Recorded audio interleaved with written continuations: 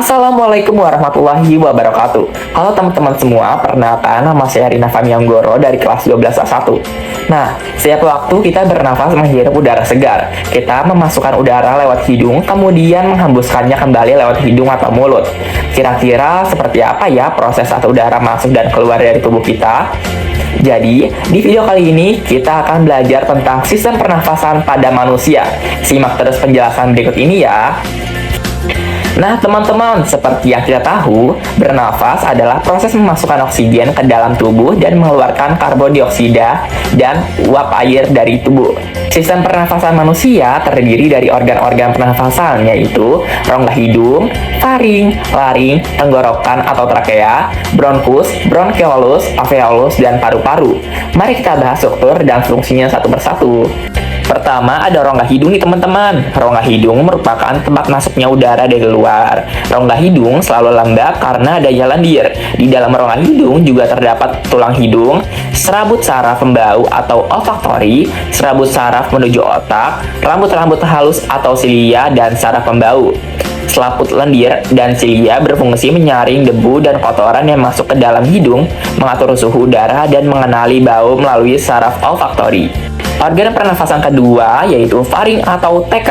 Udara dari rongga hidung akan masuk ke faring. Faring merupakan persimpangan antara rongga hidung ke tenggorokan atau saluran pernafasan dan rongga hidung ke tenggorokan atau saluran pencernaan. Pada bagian belakang faring terdapat laring. Berikutnya yaitu laring. Pada laring terdapat pita suara atau epiglotis atau katup pangkal tenggorokan pada waktu menelan makanan. Epiglotis menutupi laring sehingga makanan tidak masuk ke tenggorokan. Sementara itu, pada waktu bernafas epiglotis akan membuka sehingga udara masuk ke laring lalu menuju ke tenggorokan. Di bawah epiglotis terdapat tulang rawan tiroid yang membentuk jakun yang lebih nampak pada laki-laki daripada perempuan. Selanjutnya, trakea atau batang tenggorokan nih teman-teman. Trakea berbentuk seperti pipa dengan panjang kurang lebih 10 cm. Trakea bercabang dua dalam paru-paru. Membentuk bronkus dinding trakea terbagi tiga, yaitu lapisan terluar, terdiri dari jaringan ikat lapisan tengah, terdiri dari otot polos, dan cincin tulang rawan trakea tersusun dari 16-20 cincin tulang rawan yang berbentuk huruf C. Bagian belakang cincin tulang rawan tidak tersambung ke esofagus sehingga menyebabkan trakea tetap terbuka. Lapisan dalam terdiri dari jaringan epitel silindris selapis bersilia yang menghasilkan lendir-lendir berfungsi menangkap debu dan mikroorganisme yang masuk saat menghirup udara. Selanjutnya, debu dan mikroorganisme didorong oleh silia menuju belakang mulut silia, berfungsi menyaring dan mengeluarkan benda asing melalui batu. Organ pernafasan kelima yaitu ada bronkus. Bronkus merupakan cabang batang tenggorokan yang berjumlah sepasang yang masing-masing menuju paru-paru kanan dan kiri. Struktur bronkus mirip dengan trakea, bedanya dinding bronkus lebih tipis dari trakea. Bronkus bercabang membentuk bronkeolus. Berikutnya yaitu ada bronkeolus. Bronkeolus merupakan cabang bronkus. Bronkus kanan bercabang menjadi 3 bronkeolus, sedangkan bronkus kiri bercabang menjadi 2 bronkeolus. Bronkeolus bercabang-cabang menjadi saluran yang makin halus kecil dan dindingnya tipis. Bronkeolus tidak punya tulang rawan tapi punya silia. Setiap bronkeolus bermuara ke alveolus. Organ selanjutnya itu ada alveolus. Alveolus merupakan saluran akhir pernafasan. Dinding alveolus banyak mengandung kapiler darah.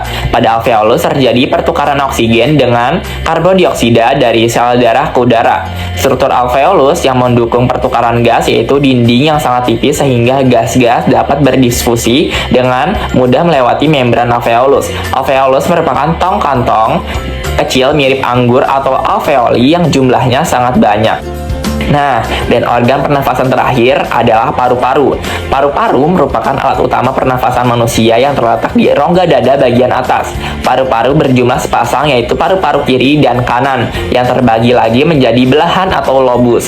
Paru-paru kanan mempunyai 3 lobus sedangkan kiri 2 lobus. Paru-paru dibungkus oleh selaput tipis rangkap 2 yang disebut pleura. Kedua paru-paru dibatasi oleh cairan pleura yang berfungsi sebagai pelumas sehingga mencegah terjadinya gesekan antara paru-paru dan dinding dada yang bergerak saat bernafas. Nah, teman-teman, itulah keseluruhan organ pernafasan di tubuh kita. Kegiatan bernafas ditandai dengan mengambil dan mengeluarkan udara yang melibatkan serangkaian organ-organ pernafasan. Kegiatan mengambil udara pernafasan disebut inspirasi, sedangkan mengeluarkan udara pernafasan disebut ekspirasi. Inspirasi dan ekspirasi ini terjadi secara bergantian dalam waktu 1 menit. Kita mampu melakukan 15-18 kali inspirasi dan ekspirasi. Udara pernafasan dari udara bebas masuk ke dalam paru-paru atau inspirasi, dan sebaliknya gas sisa pernafasan keluar dari paru-paru menuju udara bebas atau ekspirasi. Ditentukan oleh perubahan tekanan udara di dalam rongga dada, paru-paru, dan rongga perut. Perubahan tekanan ini karena ada perubahan volume di setiap rongga yang diatur oleh otot pernafasan. Otot-otot pernafasan meliputi otot antar tulang, rusuk, otot diafragma, dan otot dinding perut. Berdasarkan otot yang berperan aktif, pernafasan manusia dibedakan menjadi 2, yaitu pernafasan dada dan pernafasan perut. Pada pernafasan dada, otot yang berperan aktif adalah otot antar tulang rusuk. Mekanismenya adalah saat inspirasi, otot antar tulang rusuk berkontraksi, tulang rusuk terangkat, volume rongga dada membesar, tekanan udara di luar tubuh lebih tinggi daripada di dalam rongga dada. Udara pun masuk ke paru-paru saat ekspirasi. Sebaliknya, otot antar tulang rusuk relaksasi, tulang rusuk turun, volume rongga dada mengecil, tekanan udara dalam rongga dada lebih besar daripada di luar tubuh. Udara keluar dari paru-paru. Pada pernafasan perut, otot yang berperan aktif adalah otot diafragma. Mekanismenya sebagai berikut. Saat inspirasi, otot diafragma berkontraksi, diafragma mendatar, volume rongga dada membesar, tekanan udara dalam rongga dada mengecil, udara masuk ke paru-paru. Saat ekspirasi, sebaliknya, otot diafragma relaksasi, diafragma mencangkung, volume rongga dada mengecil, tekanan udara dalam rongga dada meningkat, udara keluar dari paru-paru.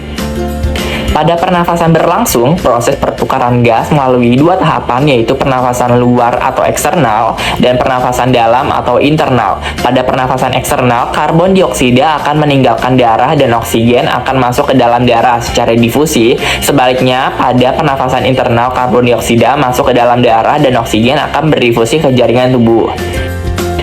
Pernafasan eksternal merupakan pertukaran gas yang terjadi dalam paru-paru, tepatnya di alveolus. Hemoglobin akan mengikat oksigen membentuk oksihemoglobin atau HbO2. Reaksi kimianya yaitu Hb ditambah O2 menghasilkan HbO2. Pernafasan internal merupakan pertukaran gas yang terjadi di dalam jaringan tubuh. Oksigen akan melepaskan ikatan dengan hemoglobin dan berdisfusi ke dalam jaringan tubuh. Reaksi kimianya yaitu HbO2 menghasilkan Hb ditambah O2. Setelah sampai di dalam jaringan tubuh, oksigen akan mengalami pernafasan seluler yang terjadi di mitokondria. Pernafasan seluler yaitu proses oksidasi zat makanan atau glukosa menjadi energi atau ATP, karbon dioksida, dan uap air dengan bantuan oksigen. Dalam mekanisme pernafasan internal, makin banyak oksigen yang masuk ke dalam tubuh, makin banyak juga karbon dioksida yang terbentuk sehingga dapat meningkatkan tekanan parsial karbon dioksida di dalam sel tubuh daripada kapiler darah. Oleh karena itu, karbon dioksida akan berdiskusi dari sel tubuh ke kapiler darah, kemudian dibawa dengan menuju paru-paru melalui mekanisme eksternal. Dalam paru-paru, karbon dioksida akan berdiskusi dari kapiler darah menuju alveolus dan oksigen masuk ke dalam darah. Peristiwa pertukaran karbon dioksida dan oksigen ini terjadi karena tekanan parsial karbon dioksida yang lebih tinggi di kapiler darah dibandingkan dengan alveolus. Akhirnya karbon dioksida dikeluarkan melalui ekspirasi. Nah teman-teman, dalam keadaan biasa, tubuh manusia menghasilkan 200 mili karbon dioksida per hari. Tidak semua karbon dioksida diangkut dari paru-paru ke udara bebas. Darah yang melewati paru-paru hanya membebaskan 10% karbon dioksida, sedangkan 90%-nya bertahan dalam bentuk ion bikarbonat yang akan menjaga pH darah. Proses pengangkutan karbon dioksida dapat dilakukan dengan beberapa cara, yaitu pertama, karbon dioksida larut dalam plasma dan membentuk asam karbonat atau H2CO3 sebanyak 7% dari seluruh karbon dioksida. Kedua, karbon dioksida akan berikatan dengan hemoglobin membentuk karbamino hemoglobin 23% dari seluruh karbon dioksida. Ketiga, karbon dioksida akan terikat dengan ion bikarbonat HCO3 melalui pertukaran klorida sebanyak 70% dari seluruh karbon dioksida. Secara garis besar, udara yang digunakan untuk bernafas dapat dibedakan menjadi 6 jenis sesuai grafik volume udara pernafasan. Berikut bagian yang ditunjukkan huruf A merupakan volume udara komplementer atau disebut juga udara cadangan inspirasi, yaitu udara-udara yang masih dapat dimasukkan ke dalam paru-paru secara maksimal. Setelah inspirasi, biasanya jumlahnya 1500 cc atau 1500 mili. Bagian B merupakan volume tidal atau udara yang keluar masuk. Pada pernafasan, biasa volumenya 500 mili. Bagian C adalah volume udara suplementer atau udara cadangan ekspirasi, yaitu udara yang masih dapat dikeluarkan secara maksimal. Setelah ekspirasi, biasa jumlahnya 1500 mili. Berikutnya bagian D, volume udara residu atau udara yang masih tersisa di dalam paru-paru setelah melakukan ekspirasi sebanyak 1000 mili. Bagian E, kapasitas vital paru-paru merupakan udara yang dapat dikeluarkan semaksimal mungkin. Setelah melakukan inspirasi maksimal, total volume merupakan hasil penjumlahan dari volume udara tidal, komplementer, dan suplementer, yaitu 3500 mili. Dan bagian F adalah kapasitas total paru-paru yang terdiri dari volume vital dan residu sebanyak 4500 mili. Nah, jumlah udara yang digunakan untuk bernafas setiap menit disebut dengan frekuensi pernafasan. Frekuensi pernafasan bervariasi bergantung pada faktor-faktor yang mempengaruhinya, seperti usia. Frekuensi pernafasan balita lebih tinggi dibandingkan orang dewasa.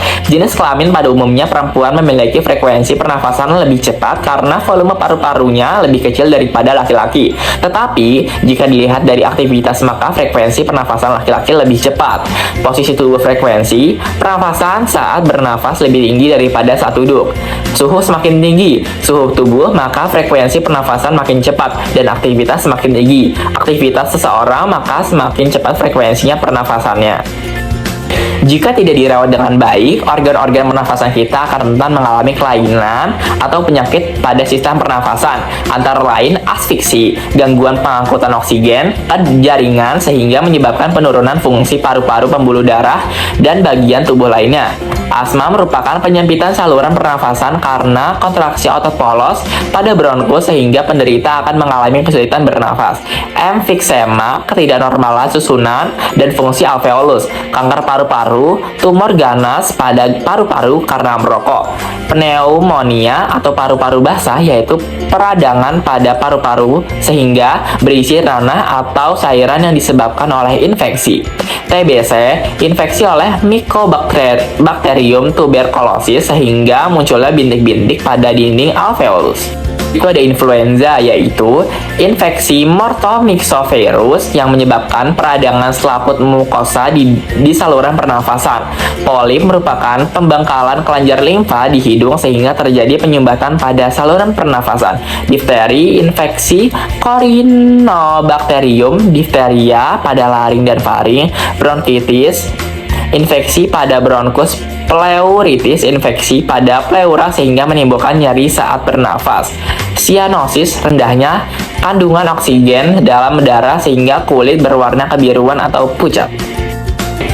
Gangguan lainnya yaitu hipoksia, kekurangan oksigen pada jaringan tubuh sehingga mematikan sel-sel tubuh.